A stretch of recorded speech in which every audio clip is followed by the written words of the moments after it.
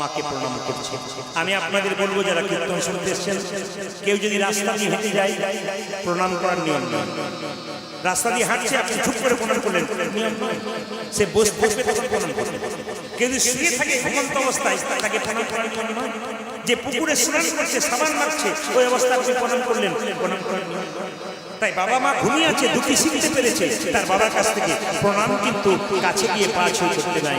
তাই দূর থেকে প্রণাম করে বলছে, বাবা মা তুমি তো শিখিয়ে দিয়েছো কৃষ্ণ ভজন করতে গেলে, কৃষ্ণ ভজন করা যদি মনুষ্য জীবনে একমাত্র উদ্দেশ্য, আমাকে কৃষ্ণ ভজন করতে হবে। আমি চলে যাই, আমি চলে যাই, আমি চলে যাই, চলে যাই।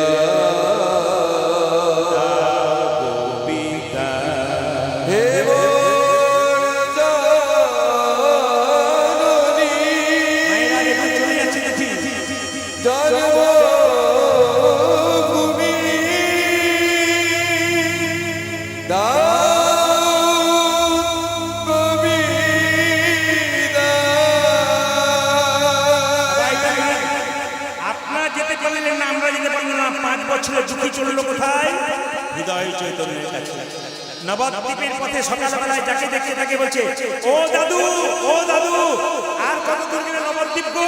একটা ছেলে একজন ভদ্রলোক বললো, এই ভিখারির ছেলে, ভিক্ষা নিবি, ভিক্ষা নে, আবার নবদ্বীপ নবদ্বীপ করছিস কেন? ছোট্ট ছেলে বললো, আমাকে ভিখারি বলবি? আমি টাকা পয়সা ভিখারি, আমি প্রেমেরও ভিখারি, প্রেম ভিক্ষা করি যাব নদিয়ায়।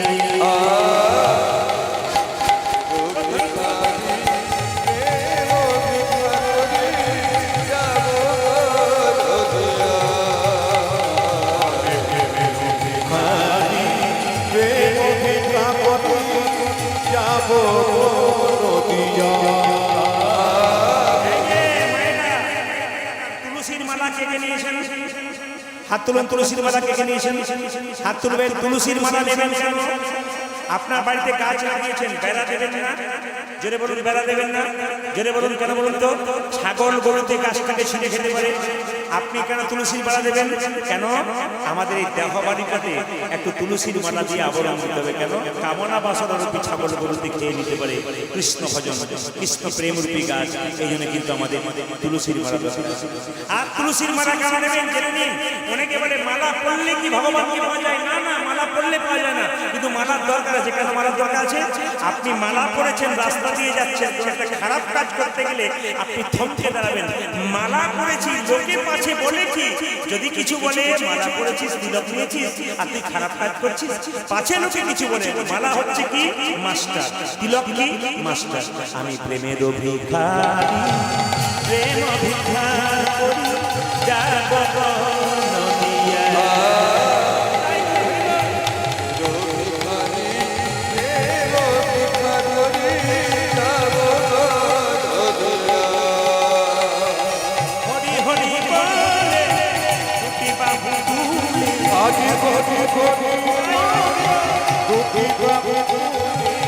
হরি হরি হরি দুটি বাবু হরি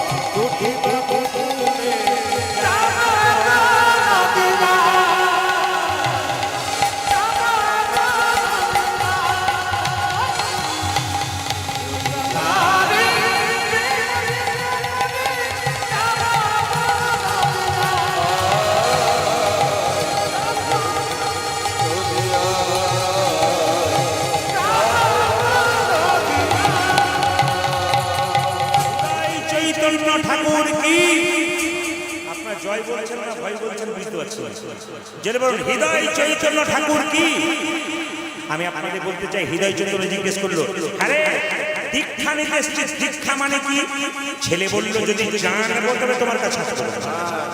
গুরুদেব বলল দীক্ষা মানে 3 রকম অর্থ হয়। যারা দীক্ষা নিয়েছেন শুনুন, দীক্ষা মানে দিয়ে খা। যারা দীক্ষা নিয়েছেন মন দিয়ে শুনবেন, দীক্ষা মানে দিয়ে খা। যারা দীক্ষা নিয়েছেন যখনই স্নান করবেন ভগবানকে দিয়ে তারপর খাবেন, তবে দীক্ষা নেওয়া সার্থক, নইলে দীক্ষা নেওয়ার কোনো গুরুত্ব নেই। আর দীক্ষা মানে কি? দেখা।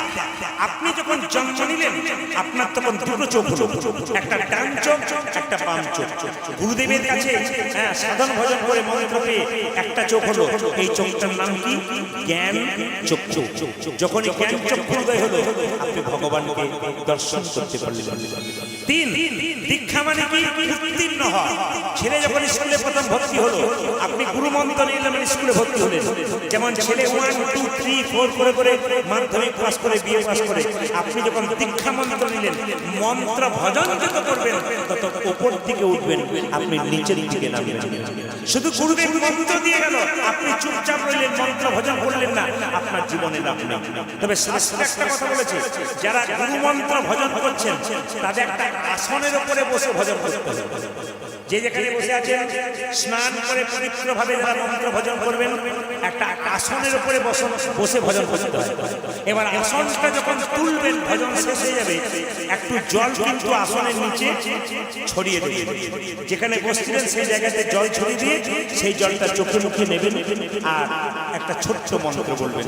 কি মন্ত্র বলবেন? ওম সক্রাহ নমঃ। যেটা পুরুষদের জন্য ওম সক্রাহ নমঃ, আর মায়েদের জন্য শ্রী সক্রাহ নমঃ। যদি কেউ বলতে না পারেন, সহজ উপায় হরে কৃষ্ণ কৃষ্ণ কৃষ্ণ হরে হরে, হরে রাম রাম। এর মানে কি?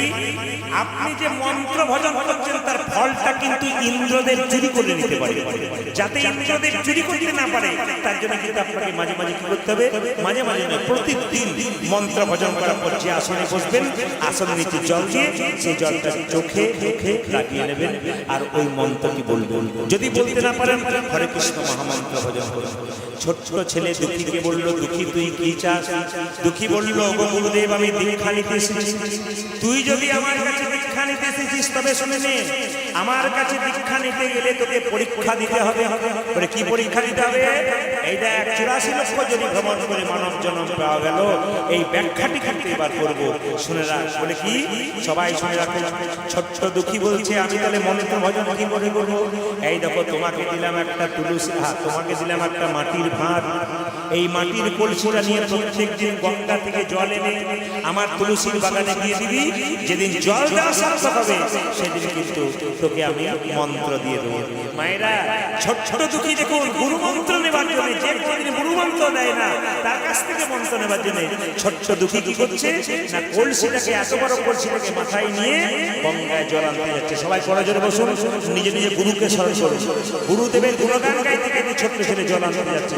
জয় জয় শ্রী গুরু প্রেম ফল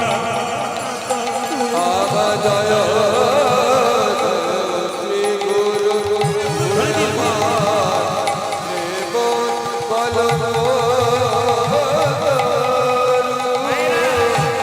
ছোট্ট দুঃখী গুরুদেবের গুণগান গাইছে, আপনারা বসে আছেন, আপনি একটু তালি দেবেন, উলুদ ধরে দেবেন।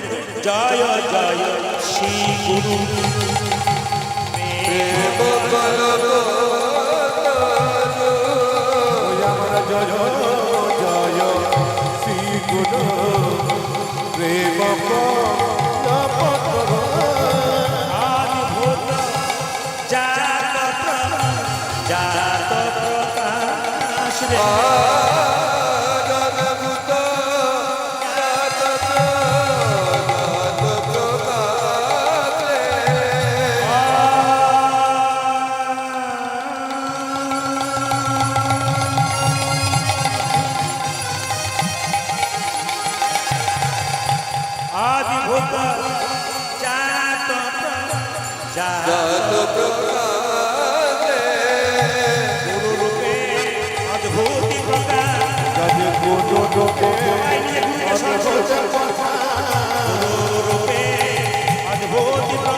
আমার গুরু রূপে অদ্ভুত প্রকাশ। মহাগুরু রূপে অদ্ভুত প্রকাশ গুরু রূপে অদ্ভুত প্রকাশ অভয়ন্ত গুরু রূপে অদ্ভুত মহেম পতিত হেরি জপ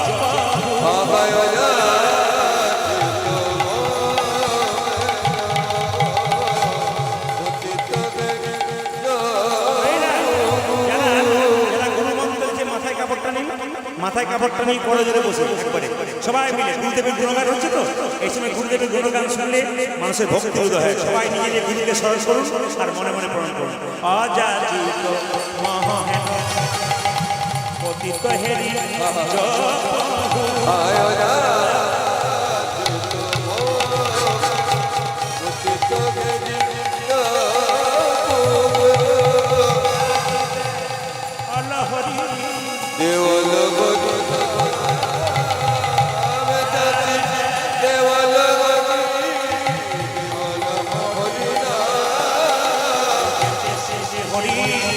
নাম দিয়েছে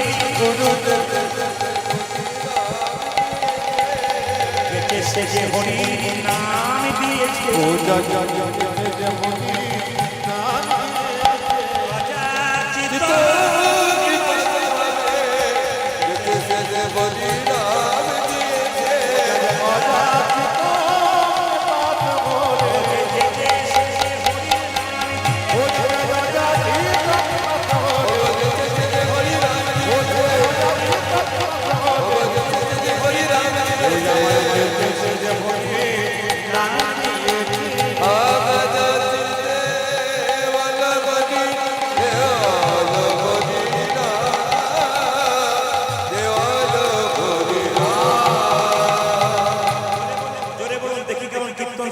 দুঃখীর বয়স কত জোরে বলুন একটু জোরে বলুন আমি শুনে খুব খুশি আপনারা বুঝতে পারছেন ছোট ছোট দুঃখী মাটির কলসিতে করে জল আনতে আনতে যখন গঙ্গায় জল আনতে গেছে ওই পার থেকে একটা মেয়ে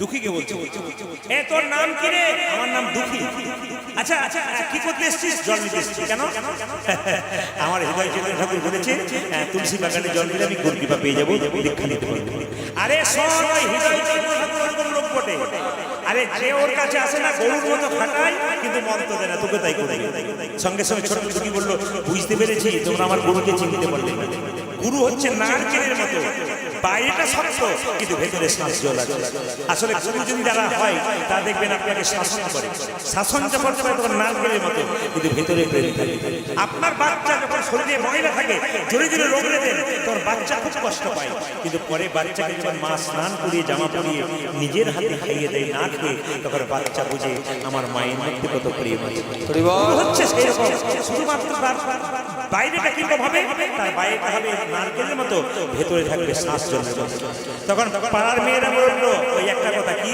পরের ছেলে পরমানন্দ যত উচ্ছন্নে যায় তত আনন্দ ওরে ভালো বুঝলো না ছোট ছোট দুঃখী মায়েরা টাকা মাটির কলসিতে জল আনতে আনতে কলসির দাগ লেগে ঘষা লেগে একদিনে মাথার মধ্যে ঘা হয়ে গেল ছোট্ট দুঃখী মাথায় পাগড়ি বেঁধে জল আনতে লাগলো যখন জল আনছে তখন ছোট্ট ছেলেকে দেখে চিৎকার করে হৃদয় চেতনা দুঃখী বলে কি এত সুখে কৃষ্ণ ভজন হয় না তুই মাথায় পাগড়ি বেঁধেছিস পাগড়ি খোল পাগড়ি খোল পাগড়ি খোল ছোট্ট দুঃখী বলল গুরুদেব বাবা মাকে ত্যাগ করে যেদিন থেকে আপনার কাছে এলাম আমি তো আপনার হয়ে গেছি ইচ্ছা করলে আপনি আমার মাথার পাগড়ি খুলে দিন আমি খুলতে পারবো না যেই না ছোট্ট দুঃখীকে জোর করে মাথার পাগড়িটা খুলে দিয়েছে অমনি দেখলো মাথায় দগদগে ঘা পোকা হয়ে গেছে দুঃখী তুই যেদিন থেকে বাবা মায়ের কাছ থেকে আমার কাছে এলি আমি তোর বাবা আমি তোর মা আমাকে তুই বলিস কেন বাবা আমি তোকে চিকিৎসা করিয়ে কবিরাজের কাছে নিয়ে যেতাম ছোট্ট দুঃখী কেঁদে কেঁদে বলছে ও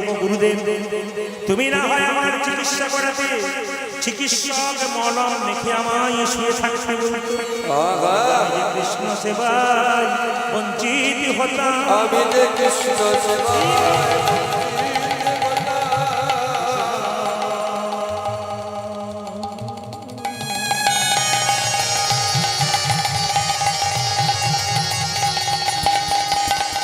আমি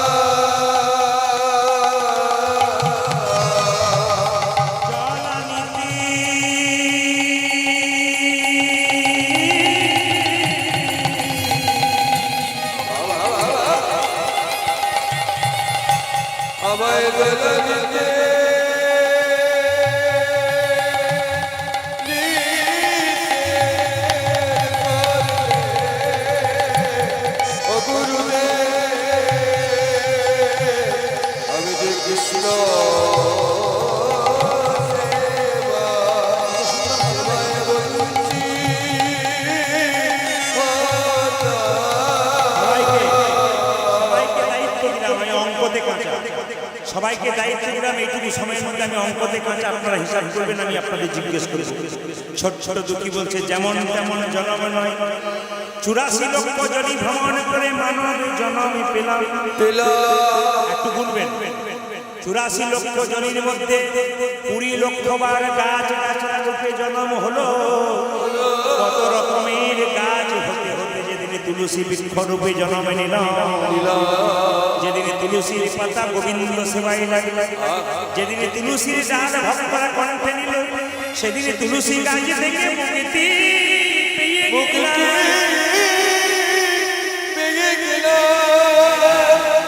হলো 20 লক্ষ। 9 লক্ষ বার জলে জন্ম নিলাম। কত রকমের পোকা মাকড় মাছ কাঁকড়া হতে হতে যেদিনে শঙ্খ রূপে জন্ম নিলাম, যেদিনে মায়েদের মুখে মন্দিরে 3 বার বেজে। এখন প্রশ্ন হবে মায়েরা, যে যেখানে কীর্তন শুনছেন মন দিয়ে শুনবেন, আপনারা মন্দিরে শঙ্খ কবার বাজান? জোরে বলুন। 3 বার বাজান। 3 বার কেন বাজান? একবার ব্রহ্মাকে উদ্দেশ্য করে বাজান, একবার বিষ্ণুকে উদ্দেশ্য করে বাজান, একবার মহেশ্বরকে উদ্দেশ্য করে বাজান। আপনার 3 বার উদ্দেশ্য করে বাজান, ব্রহ্মা বিষ্ণু মহেশ্বর। সবাই লক্ষ্য করুন, শঙ্খ বাজালে কি হয়? বার্লিন বিশ্ববিদ্যালয়ের বিখ্যাত বিজ্ঞানী বলেছেন, যদি কেউ প্রতিনিয়ত শঙ্খ বাজায়, আর যদি কারো শ্বাসকষ্ট থাকে, কিছুটা শ্বাসকষ্ট, তাহলে দেখবেন অনেক শ্বাসকষ্ট দূর হয়। এটা বার্লিন বিশ্ববিদ্যালয়ের বিখ্যাত বিজ্ঞানী বলেছেন। আর শঙ্খ বাজালে কি হয়? অনেক জীবাণু নষ্ট হয়। দেখবেন পুজো পাঠ যখন হয়, তখন ব্রাহ্মণরা দেখবেন শঙ্খের জল ওই প্রসাদের মধ্যে দেয়। কেন বলুন তো? শঙ্খের মধ্যে ক্যালসিয়াম থাকে, যদি কোনো দূষিত থাকে প্রসাদের মধ্যে, দূষিততা নষ্ট হয়ে যায়। এই জন্য শঙ্খের জল দেয়। শঙ্খের জল বাড়ির চারিদিকে ছড়িয়ে দিলে অশুভ শক্তি দূর হয়, শুভ শক্তির আগমন হয়। ভগবান শ্রীকৃষ্ণ যখন কুরুক্ষেত্রের যুদ্ধে শঙ্খ বাজিয়েছিল, ওই শঙ্খটার নাম হচ্ছে পাঞ্চজন্য শঙ্খ। পঞ্চজন নামক এক অসুরকে হত্যা করে এই শঙ্খটা পেয়েছিল মা। এই শঙ্খটা যখন বাজিয়েছিল, অসুরদের স্ত্রীর যে গর্ভে সন্তান ছিল, সেই সন্তান নষ্ট হয়ে গিয়েছিল। আর দেবতাদের স্ত্রীর গর্ভে যে সন্তান ছিল, আরো শক্তিমান হয়ে গেছিল। এর থেকে কি শিখলেন? যত বাড়িতে শঙ্খ বাজাবেন, অশুভ শক্তি দূর হবে এবং শুভ শক্তির আগমন হবে। বলছে 9 লক্ষ বার জলে জন্ম নিলাম, যেদিনে শঙ্খ রূপে জন্ম নিলাম, যেদিনে মায়েদের মুখে বেজে উঠলাম, সেদিন আমার জল জন্মে থেকে মুক্তি হয়ে গেল। কত হলো? কত হলো? 20 আর 9 29, 11 লক্ষ বার কৃমিকীট রূপে জন্ম নিলাম। কত রকমের পোকা হতে হতে যেদিন ভ্রমণ করে জন্ম নিলাম, যেদিন প্রতিটি ফুলে ফুলে মধু সংগ্রহ করে সেই মধু গোবিন্দের সেবায় লাগালাম, সেই দিন আমার পোকা জন্ম থেকে মুক্তি হলো। কত হলো মায়েরা? যে ঘুমাচ্ছে সে বলছে কত হলো? বাহ বাহ, খুশি সবাই শুনছে। 40 30 লক্ষ বার পশু কুলে জন্ম নিলাম। কত রকমের পশু হতে হতে যেদিনে গাভী কুলে জন্ম নিলাম, গাভীর দুগ্ধ যেদিনে গোবিন্দ সেবাই লেগে গেল,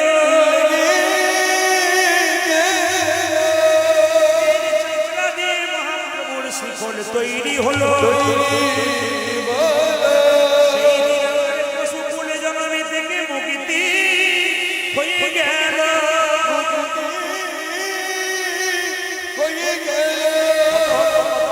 কত হলো? কত হলো? 70। 10 লক্ষ বার পাখি কুলে জন্ম নিতে নিতে যেদিনে ময়ূর কুলে জন্ম নিলাম, ময়ূর কুলে জন্ম নিলাম, ময়ূরের পালক গোবিন্দ মাথায় নিল, সেই দিন আমার পাখি জন্ম থেকে মুক্তি হয়ে গেল। 4 লক্ষ 54, 4 লক্ষ বার বানর কুলে জন্ম নিতে নিতে যেদিন রাম ভক্ত হনুমান হয়ে গেল, সেই দিন আমার পশু বানর কলম কুল থেকে মুক্তি পেয়ে গেলাম। একটু তাকাবেন, আমরা 3 ঘন্টার কীর্তন শুনতে সে 6 বার উঠতে হয়, 6 বার বসতে হয়, কিন্তু একটা হনুমানের কাছ থেকে আমাদের কি শিক্ষা আছে? একটু মন দিয়ে শুনে। যখন হনুমান সীতাকে উদ্ধার করলো, সীতা মতির মালা দিল হনুমানকে। হনুমান কি করেছিল মা? মতির মালাটি কপালে ঠেকালো, চোখে ঠেকালো, কানে ঠেকালো, নাক দিয়ে শুকে দেখলো, জিভ দিয়ে চেটে চেটে দেখলো, তারপর 64 টুকরো করে দিল। প্রশ্ন হবে 64 টুকরো কেন করলো? 64 করলো না, 63 করলো না, 65 করলো না? এই 64 টুকরো করে যুগে 64 মহামন্ত্র রূপে জন্ম। সবাই দেখা এই 64 টুকরো করে দিয়েছে, তখন সঙ্গে সঙ্গে লক্ষণ সীতাকে বলছে মা, বলে কি এ তুমি কি করলে? তুমি বানরকে মতির মালা দিলে? বানরে সপিলে মতি, মতিতে তার নাইকো মতি, নাইকো মতি অনায়াসে কাটে তারে দলতে, দলতে শিশু মানে না দেবতায়, মানুষ পূজে তারে জ্ঞানবন্তে, জ্ঞানবন্তে। কুকুরে দেখবে তুলসী গাছের উপর প্রস্রাব করে দেয়, তুলসীর কি গুণ নষ্ট হয়ে যায় যদি বলবেন। আবার দেখবেন মায়েরা মন্দিরের ভেতরে বাচ্চা ছেলেকে শুয়ে দেবেন, ও পায়খানা করবে, প্রস্রাব করবে, ওর কোনো জ্ঞান নাই। সেরকম এরকম হচ্ছে। আর কি বললো মায়েরা?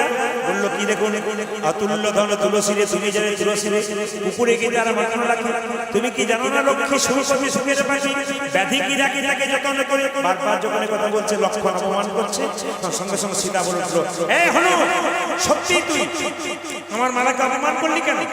হনুমান তখন বললো, মা গো, তোমার মালা কি আমি কখনো অপমান করতে পারি? সবাই তাকি নেই, এই মালাকে আমি অপমান করতে পারি না। এই মালা প্রথমে কপালে ঠেকালাম কেন জানো? এই মালা তো যেমন তেমন মালা নয়, এই মালা আমার মায়ের দেওয়া প্রেমের মালা। কানে ঠেকালাম কেন জানো? এই মালাতে রাম নাম শোনা যায় কিনা দেখলাম। চোখে ঠেকালাম কেন জানো? এ মালাতে রাম দেখা যায় কিনা দেখলাম। নাক দিয়ে শুকে দেখলাম কেন জানো?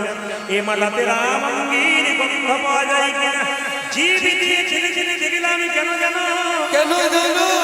এ মালাতে রাম চরণে তুলসীর স্বাদ পাওয়া যায় কিনা। যায় কিনা। অঙ্গের গন্ধ পাওয়া যায় না, রাম নাম শোনা যায় না। ও তো অলঙ্কার নয়, কলঙ্কের হার। আমি দাঁত দিয়ে কেটে কেটে ফেলে দিলাম।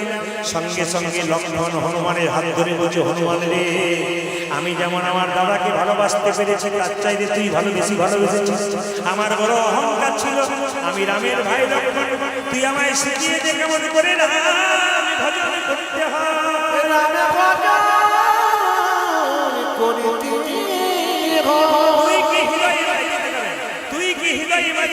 দেখাতে পারবি?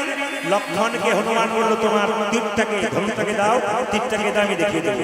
লক্ষণ যেই না তীরটা দিয়েছে, যেই না হৃদয়টাকে বিদীর্ণ করেছে, দেখলো একা রাম নয়, দেখে সীতারামের যুগল মিলন। সীতারামের যুগল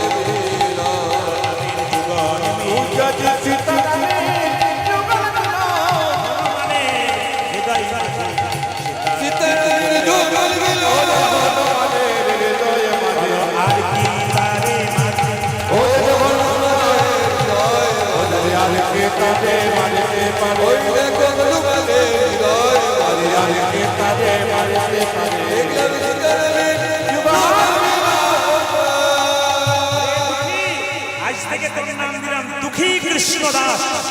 এই দেখ তোকে দীক্ষা দিলাম বাবা, আমি সহজে কাউকে দিই না দীক্ষা, তুই তো দীক্ষা সঙ্গে করে এনেছিস, আমি তোকে দীক্ষা দিলাম। তোর নাম হলো দুঃখী কৃষ্ণ দাস। বৃন্দাবনে যা, রাঘবেন্দ্রের কৃপা তুই নিশ্চয় পাবি। মায়েরা সবাই বৃন্দাবনে চলে, সবাই পথে চলে, সবাই হাত ধরুন, সবাই হাত ধরুন একসঙ্গে। বাহ, খুশি একসঙ্গে। সুন্দর পরিবেশ আপনাদের, অগণিত ভক্তের আহ্বান। এত রাত্রি পর্যন্ত বাচ্চা থেকে বয়স্ক যারা আছেন, কৃষ্ণ কৃপা হোক। হাত তুলে একসঙ্গে। পথ চলিতে আর বলিতে, খালি পথ চলিতে আর বলিতে, পথ চলিতে আর বলিতে, হরি বল। পথ চলিতে আর বলিতে। হাত বাঁকা করলে হবে না, অ্যান্টেনা সোজা করো, বাহ, সোজা করো, বাহ। পথ চলিতে হরি বল। ও পথ চলিতে আর বলিতে, একবার গাও কৃষ্ণ হরি নাম মধুর নাম। পথ চলিতে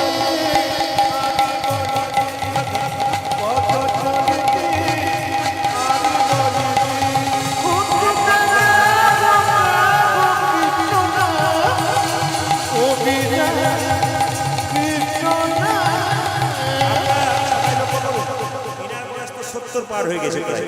এই 70 বছর বয়সে উনি বসে বসে কি সুন্দর তালি দিচ্ছেন, কীর্তন করছেন, সুস্থ শরীর। ইনাকে দেখে লক্ষ্য করুন, যারা কৃষ্ণ ভক্ত হয় তাদের শরীর কৃষ্ণ সেবায় লেগে যায়, অসুস্থ সহজে হয় না। এই জন্য আপনারা সবাই মিলে সুস্থ শরীরের জন্য কৃষ্ণ ভজন করতে পারেন। হাত তুলে একবার। পথ চলিতে